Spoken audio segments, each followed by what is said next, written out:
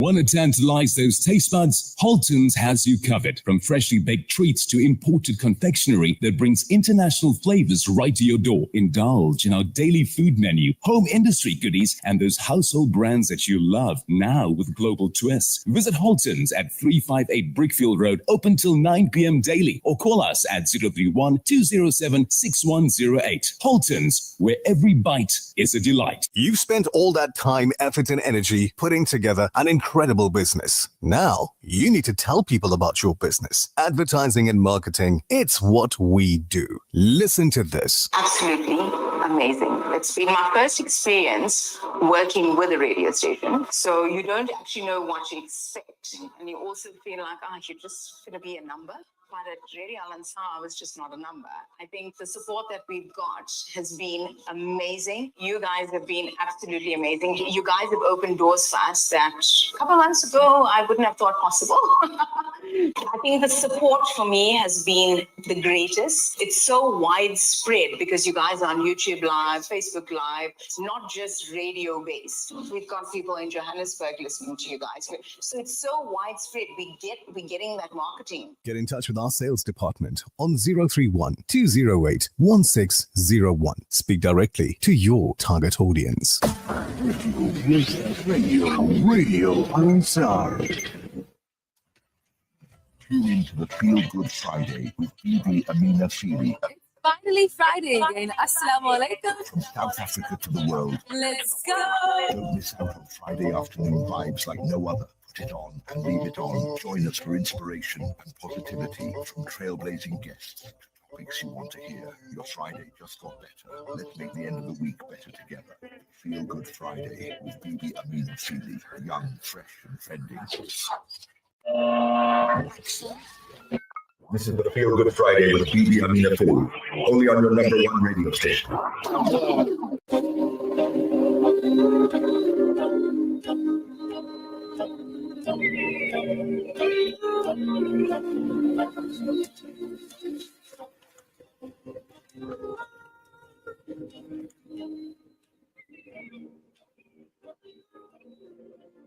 زينت السماء وضعت الجبال أمرت البحار وخلقت الجنان سيرت الكواكب أضأت النجوم فجرت الأنهار فأرحت القلوب وللعباد. It's gone by a few minutes past the hour of 2 o'clock. Of course, it's Central African time. Wherever you are in the world, San Bonani Nonke Ahlan wa Sahlan wa Marhaba Bikum to you. It's finally Friday again. So, Assalamu alaikum wa rahmatullahi wa barakatuh. Of course, it is Bibi Amina Phili here. And I always say that I love my Friday afternoons because I get to spend it with you. Jummah Mubarak to you and yours. An exhilarating start to a fantastic weekend. I'm hoping it's 90.4 FM in Durban and 105.6 FM in Pietermaritzburg. And if you do not have the app by now, of course, I can't stress enough, you are missing out on all of the good stuff. And of course, you miss out on anything, you can catch it on Spotify or even Facebook for the visuals. So today we are going to be chatting to an amazing individual, a climate change activist, Olumide Idowu, and as he joins us as we explore the intersection of sustainability and social justice. For our headlines today, we talk about how is climate change affecting South Africa, and thereafter for our feel-good interview, inshallah, we're going to be sitting down with Reverend Ethan Ramkowar, a passionate human rights activist and a chairperson of Survival Centre NPO, and we'll be talking about shutting down the Israeli embassy. Will that make a difference? And today's question of the day is, as we continue to explore the impact of climate change on South Africa, we want to hear from you. What do you think is the most pressing issue relating to climate change that needs to be addressed in our country? Is it the rising sea levels? Is it the drought? Or is it something else? Of course, you can share those thoughts via our WhatsApp numbers And that is 060-904-1056. It's right here for your listening pleasure. This is the Feel Good Friday with Bibi Amina Phili, only on your number one radio station. Absolutely. And the clock strikes, so it's now time for our traffic update. Friday, traffic updates. Updates that help you plan your day like a boss. So on the line is Officer Ngwane. Officer Ngwane, tell us what's happening on the roads. Feel Good Friday. Unfortunately, I'm also on the road so that I will see what is happening since it's Black Friday. What is happening right now in Under Road by Macro, it is very congested, westbound. It's very, very congested. And when you're looking at N2, we've got slow-moving traffic from Kwamashu off-ramp to Gateway. Also, we've got an accident, Brickfield Road outside Aqua Car Wash. There is an accident that is going on there. Entry westbound, vicinity of Chatterton. There is a recovery that is taking place after an accident that took place earlier on there. So expect delays. Unfortunately, we are still having that ongoing road works. So today, it's Black Friday. Most of the roads are congested. We are appealing to the drivers to make sure that they adhere to the regulations, rules of the road, everything. They must make sure that they follow the rules of the road so that everyone will be safe. Other than that, I would like to say next week I'll be available. Thank you very much. Enjoy your weekend. Good Friday, traffic updates. Updates that help you plan your day like a boss. This segment is brought to you by Kenfield Auto, your RMI approved service and repair specialist. 236 Brickfield Road, Overport. Kenfield Auto. Bismillahirrahmanirrahim. ربنا فاغفر لنا ذنوبنا وكفر عنا سيئاتنا وتوفنا مع الأبرار. Car won't start? Kenfield Auto. Noisy brakes? Kenfield Auto. Due for a service? Kenfield Auto. Kenfield Auto. On all your car problems, your service and repair specialist for you.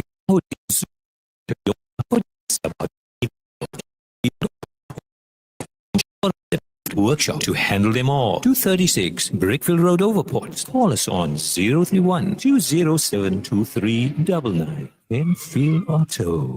Labbaik. You are invited by Allah subhanahu wa ta'ala to fulfill the fifth pillar of Islam, the Hajj. Join Khidmatul Awam for this journey of a lifetime. We handle everything: visas, flights, accommodation, transport, and meals. Guided by our experienced ulama, ensuring every step is on the right path. Let us customize the perfect package for an unforgettable pilgrimage. Start your journey today. Call Khidmatul Awam on 010-600-5786. Khidmatul Awam, a Hajj experience you'll never forget. Sallallahu ala Muhammad, sallallahu alayhi wa sallam, sallallahu ala Muhammad, sallallahu alayhi wa sallam, sallallahu ala Muhammad,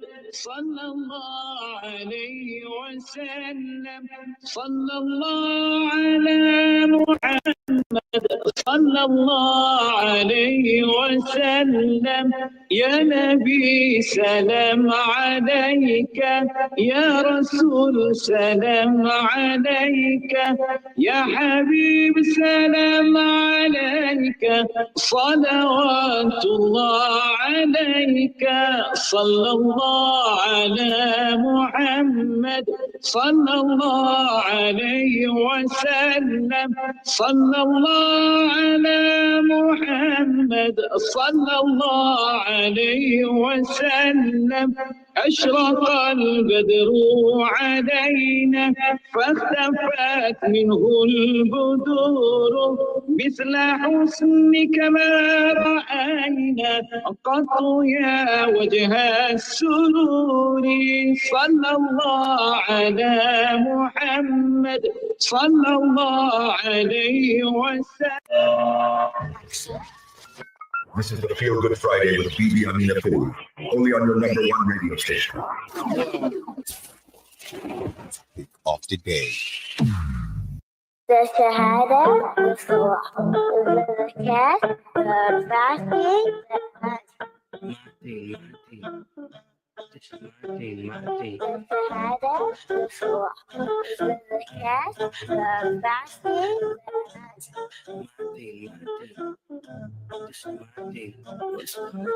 I fell in love with her.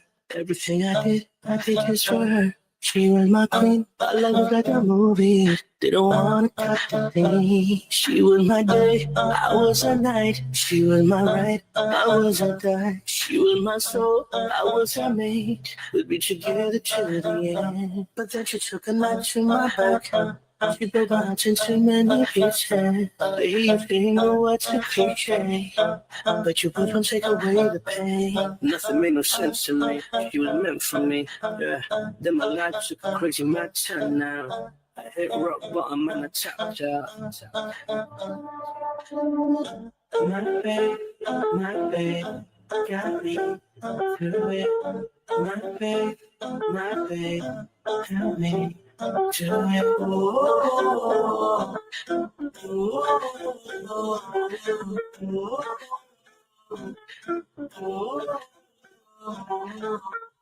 Can I tell you something about this girl that I knew? She was so fake like a Tory and I knew that. But look at me thinking she was all that. Yeah. I was trapped in the Donya's left, and everything was a game. When you played me, then I found my king's true love, and nothing ever was the same. Everything made sense to me, it was destiny. Yeah, had to go through those ups and downs now. Then I found my Allah and I bowed down. My babe, got me through it. My babe, help me to it.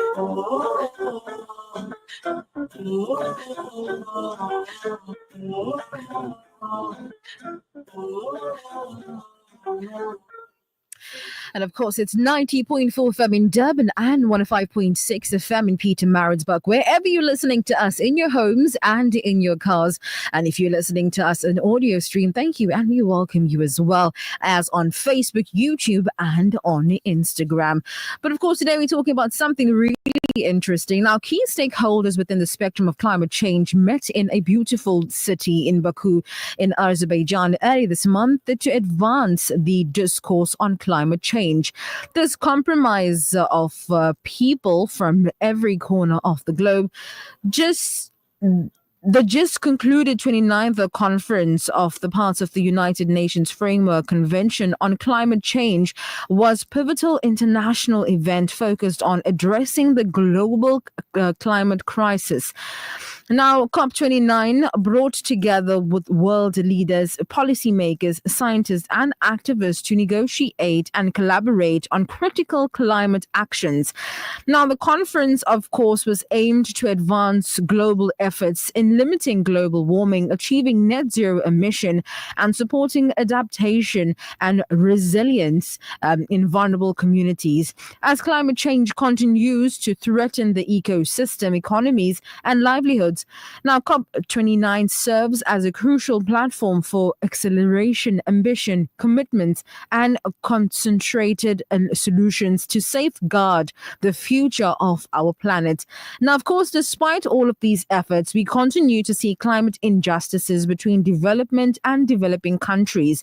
In consonance to these injustices, we are privileged to have one of the amazing delegates at the just concluded climate Climate Change Summit that's COP29 in Azerbaijan, an international climate change champion, an activist, a climate change expert, the person Olomide Udowu, who will be sharing his insight in respect to climate justice, bringing the gap, between developed and developing countries. So, of course, welcoming to the Feel Good Friday, Mr. Udowu. How are you doing today?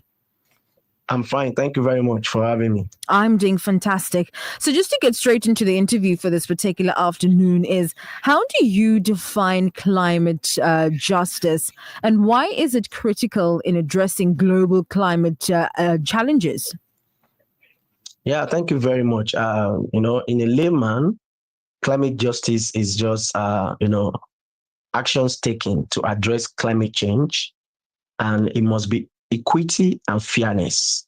And it's for another way we look at it is ensuring that the people that are responsible, that is causing the climate injustice, need to pay for it. So climate justice is very critical because it's recognized that climate change is not just an environmental issue, but also is a social justice concern. And we need to start looking at demanding a justice that is, distribution of responsibility and resources to address its impact effectively. So it's very critical because climate change is a social justice concern. In what ways are developing countries more vulnerable to climate impacts like droughts, flooding, and heat waves compared to developing nations? Yeah, just quickly to let us know that both developed and developing countries are both facing the consequences of climate change. But when you look at the global south, they are more vulnerable to climate impact than developed nations for a number of reasons. And it is very important that we look at all these reasons critically. You look at the issue of rapid urbanization. You look at the issue of inequality, structure, limited resources to adapt. You look at the issue of poverty, because developing countries have the high levels of poverty, which can make it harder for them to adapt to climate change. And we also see increase of challenges that is going on when it comes to agriculture. In developing countries, you see natural resources availability is not there, infrastructure resilience is not there, and even the crop yields in the agricultural industry. So it is very, very important that developing countries are facing the consequences, or let me say, they face more impact than developed nations for different reasons. And those are the reasons I think we need to start looking at, because each sectors like agriculture, fisheries, which is very sensitive to climate change, is being affected in every global south of the countries or continent that we have. So let's talk about international organizations. How can international organizations such as the United Nations and the World Bank better support the efforts of developing countries in addressing climate change without imposing unfair conditions? Yeah, I would just say that you look at all these international bodies, there's some financial institutions, some are grants, some are direct loan. But the point here is, how effective are they looking at the climate, the financial mechanisms that support both mitigation and adaptation? So it is very important that all these international bodies like the United Nations, World Bank, their role is to help to, complement the efforts of what each developing nations are doing, because developing nations are critical when it comes to the issue. And if all these institutions want to be a support for the climate or for the environmental issue, then we need to start looking at who is giving them the money. Hope is not from the fossil fuel company. Who is actually investing in those banks? Because some banks are being used, to change the orientation of some developing countries. But we need to start looking at it. Look, United Nations is trying their efforts. Look at UNICEF, look at UNDP. But the bottom line is, how is that fund complementing the effort of each country's GDP?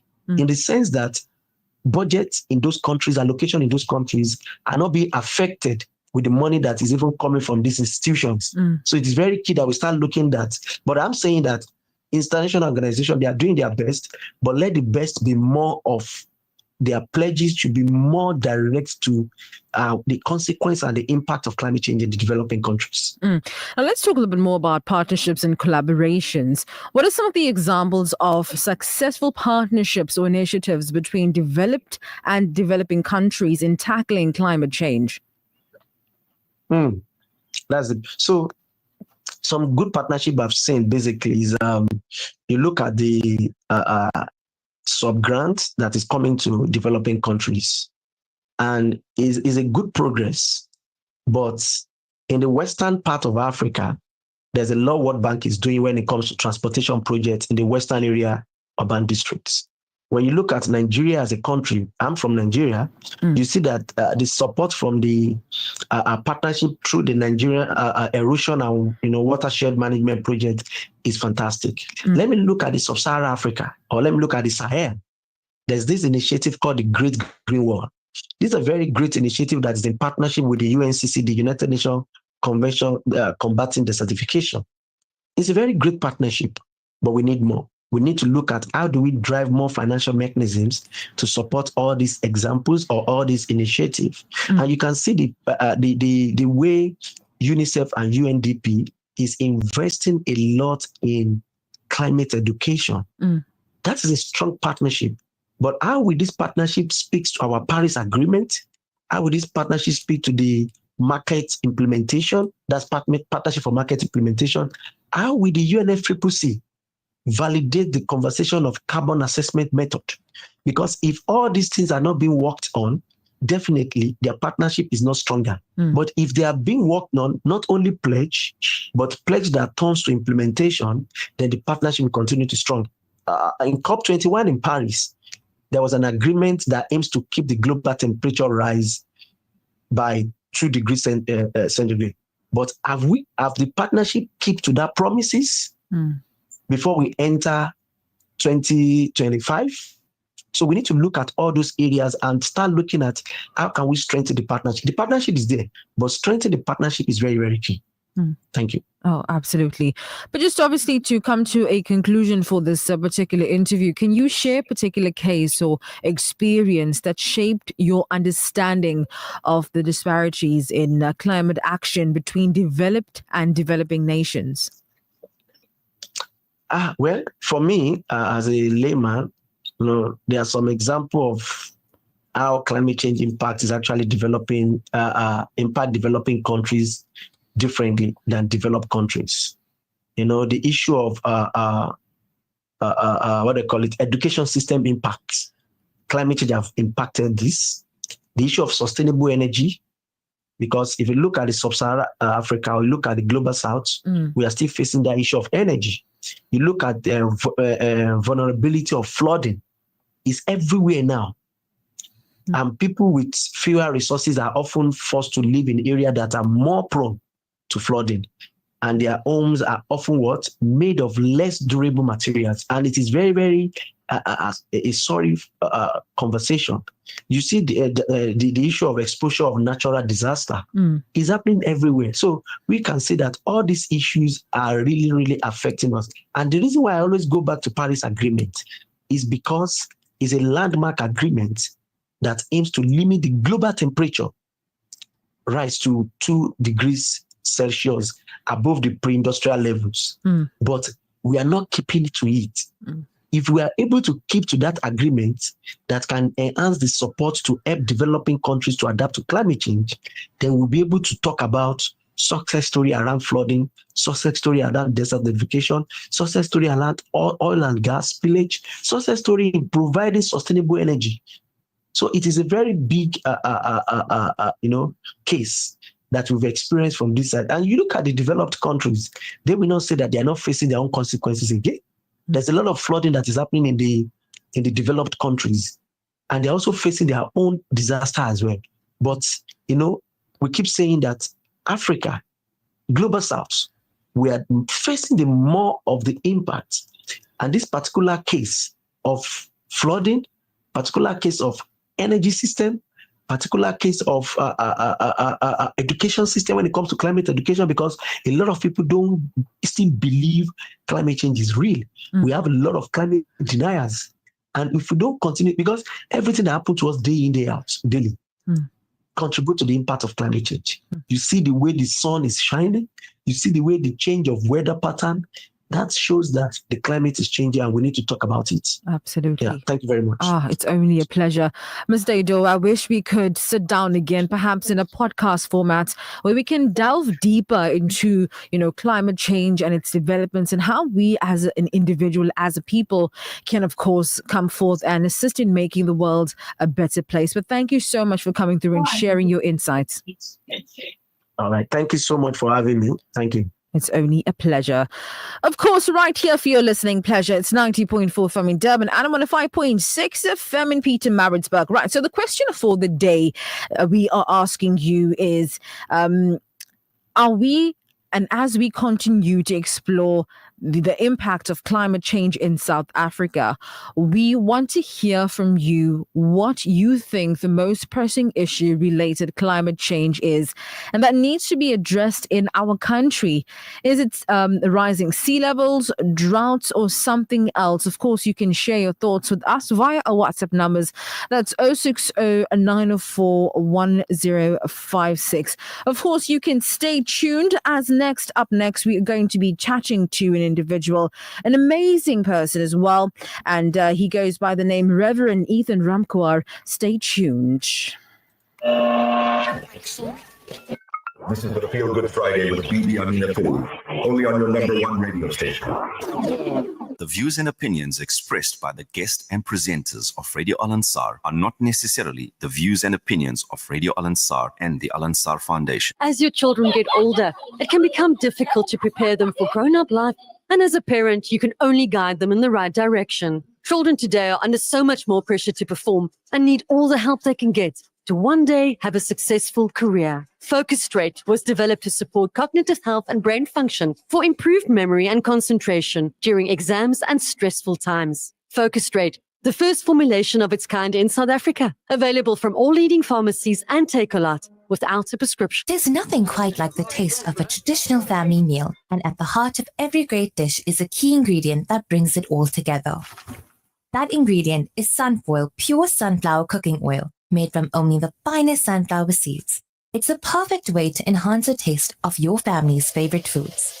Sunfoil cooking oil is more than just oil. It's the key to bring your family together over a delicious meal and making every bite taste better. Remember, the key ingredient to a great family meal is sunfoil.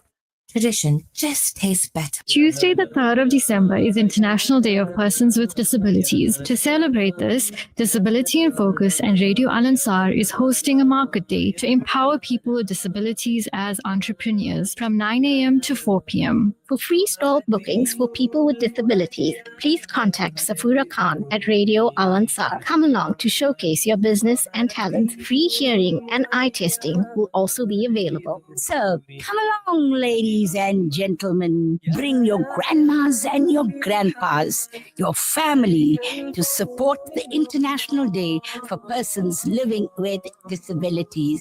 See you there. The views and opinions expressed by the guest and presenters of Radio Al Ansar are not necessarily the views and opinions of Radio Al Ansar and the Al Ansar Foundation. Tune in to the Feel Good Friday with Bibi Amina Phili. It's finally Friday again. Assalamu alaikum. From South Africa to the world. Let's go. Don't miss out on Friday afternoon vibes like no other. Put it on and leave it on. Join us for inspiration and positivity from trailblazing guests to topics you want to hear. Your Friday just got better. Let's make the end of the week better together.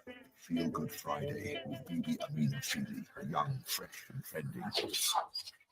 The Shahada, the Surah, the cat, the fasting, the And of course, welcome back. It's 90.4 FM in Durban and 105.6 FM in Peter Maritzburg, your show of choice on this Friday afternoon. And of course, if you're listening to us wherever you are, in your homes and in your cars, we welcome you with open arms. But of course, we welcome you today to today's amazing show. And we're discussing a highly relevant and sensitive topic and the potential shutdown of the Israeli embassy in South Africa. Of course, joining me on the line is Reverend Pastor Ethan Ramkawar, who is a human rights activist and the chairperson of the Survival Centre, who has been actively advocating for this cause. Reverend Ramkawar, thank you so much for joining us on the Feel Good Friday. Good afternoon, good evening, ma'am. Hope you're doing well. It's a pleasure to be here. Absolutely. Let's get straight into the conversation for this particular afternoon. Now, can you explain why you believe the Israeli embassy in South Africa should be closed and what specific actions or policies have led you to take the stance?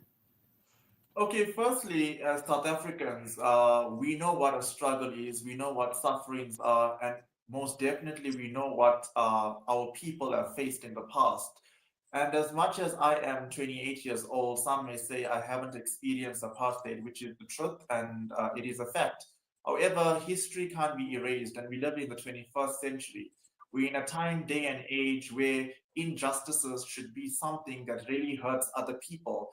As a human being, it's not necessarily about religion, but if you're a good human being, you should actually join in and stand in unity against people suffering around the world. And as an organization, we believe that shutting down the Israeli embassy in South Africa will be a clear conscience for us as South Africans to know that the Palestinians are suffering. And the only way to get the attention of the Western world and the world at large is obviously by closing down the embassy and having no dealings or ties with it. Absolutely. So, what are some of the key injustices or violations that you believe the Israeli embassy or the Israel is committing and which justifies this call for action? Okay, for example, many people say this is a war. Yeah, it is a war, but at the same time, I would rather say it's a genocide. Because if there is a war, there's rules in war. Women, children, not supposed to be hurt. Historical sites are protected.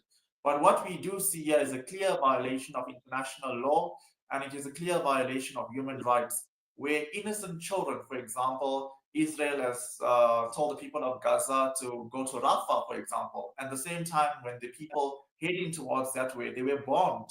I mean, that's not a war. That's actually a genocide. That's ethnic cleansing, to be honest. All right, we're actually having some technical difficulties. We actually didn't hear what you said, Mr. Ramkawar. So if you can just repeat that for us, the question goes as, what are some key injustices or violations that you believe Israel is committing which justifies this call for action? Okay, sorry about that. Can you hear me now? Hello? All right, I think we should go for a short ad break. And when we come back, I think there's some bug that is troubling us today. So let's go for a short ad break. And inshallah, when we come back, we are going to be getting Mr. Ramkawar back on the line. And we'll be chatting about the reason why we believe or why he believes the Israeli embassy should, of course, be closed. Of course, right here for your listening pleasure, it is the Feel Good Friday.